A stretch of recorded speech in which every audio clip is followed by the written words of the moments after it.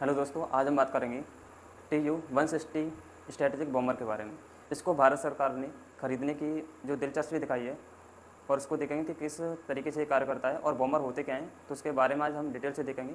Bomber एक ऐसे fighter plane होते हैं, फाइटर जेट होते हैं, जिनका इस्तेमाल ज़मीन और नौसेना के लक्ष्यों को निशाना बनाने के लिए किया जाता है।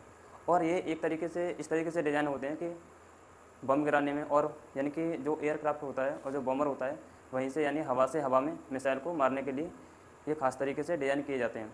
तो अब हम देखेंगे यह कितने प्रकार के होते हैं। बॉम्बर या बम्बर्स ऐसे फाइटर प्लेन होते हैं जिनका इस्तेमाल ज़मीन और नौसेना के लक्ष्यों को निशाना बनाने के लिए हवा से ज़मीन पर बम गिराने या हवा से क्रूज मिसाइल को लॉन्च करने में होता है।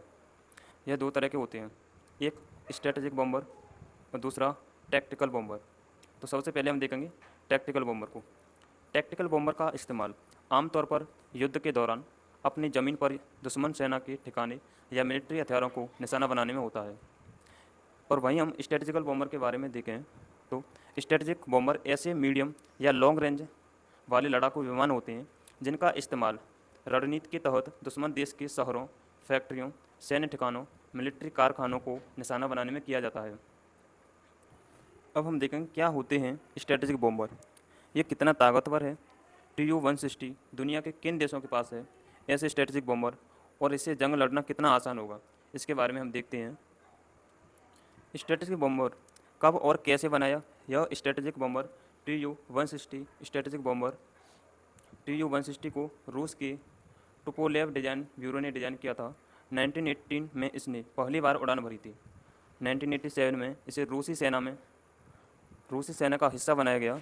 पिछले कई सालों में रूसी विशेषज्ञ इसका अपग्रेड वर्जन तैयार करने की कोशिश में जुटे हैं।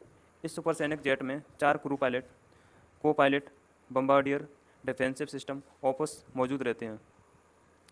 अब हम देखेंगे कि कितना अलग होगा भारत आने वाला स्ट्रेटेजिक बॉम्बर।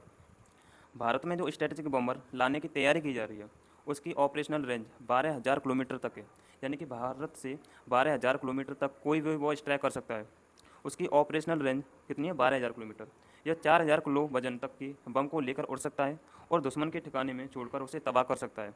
हमला करके तुरंत बाद ये जेट आवाज़ से दोगुनी रफ्तार के साथ वापसी भी करता है। और यह इतना एडवांस होता है कि इसको ट्रैक कर पाना मुश्किल होता है। इसे आमतौर पर सफ़ेद हंस के नाम से भी जाना जाता है, लेकिन नाटो इसे ब्लैक जैक कहता है। स्ट्रेटेजिक बॉम्बर TU-160 52,000 फीट की ऊंचाई पर उड़ान भरता है। कितनी ऊंचाई पर? 52,000 फीट की यानी कि ऊंचाई पर उड़ान भरता है, इसलिए इसे ट्रैक कर पाना मुश्किल होता है। इसकी मदद से ज़मीन पर मार करने वाली मिसाइलें, न्यूक्लियर हथियारों का इस्तेमाल किया जाता है। अब हम देखेंगे कि किन देशों के पास ऐसे स्ट्रेटेजिक बॉम्बर हैं जो इतने ताकतवर हैं। अगर हम वर्तमान की बात करें तो वर्तमान में दुनिया के 3 देश ऐसे हैं जिनके पास स्ट्रेटेजिक बॉम्बर हैं। इनमें से अमेरिका, रूस और चाइना।